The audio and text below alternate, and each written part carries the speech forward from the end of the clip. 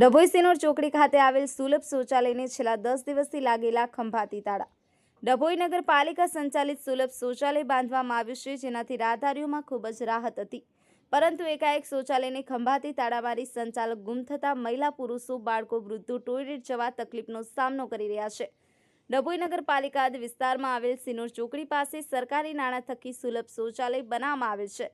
ડભોઈ સિનોર ચોકડી પાસેથી રાજપીપળા, સિનોર, ચાણોદ, કરનારી, સાદલી સહિત અનેક ગામોમાં જવાનો મુખ્ય રસ્તાની ચોકડી પાસે સરકારી ગ્રાન્ટથી સુલભ શૌચાલય બનાવવામાં આવે છે, જેનો લાભ સ્ત્રી, પુરુષ, બાળકો, વૃદ્ધો ટોયલેટ જવા માટે ઉપયોગી રહેશે। પરંતુ છેલ્લા કેટલાક દિવસથી સુલભ શૌચાલયને ખંભાતી તાળા મારી સંચાલક ગુમ થઈ જતા ટોયલેટ જવા માટે હેરાન પરેશાન થઈ ગયા છે। દૂરથી આવતા સગવડ નથી, મહિલાઓ, યુવતીઓ, બાળકો માટે જટિલ સમસ્યા ઊભી થઈ છે। ડભોઈ નગરપાલિકા વહીવટીતંત્ર તાળા ખોલાવી મુસાફરોને રાહત અપાવે તેવી માંગ ઉઠવા પામી છે। ફઝલ રઝાક ખત્રી, ગુજરાત અદ્ભુત ન્યૂઝ ગુજરાતી। આપણી આસપાસ બનતી ઘટનાના સમાચાર જોવા માટે ગુજરાત અદ્ભુત ન્યૂઝ ગુજરાતીને લાઈક કરો।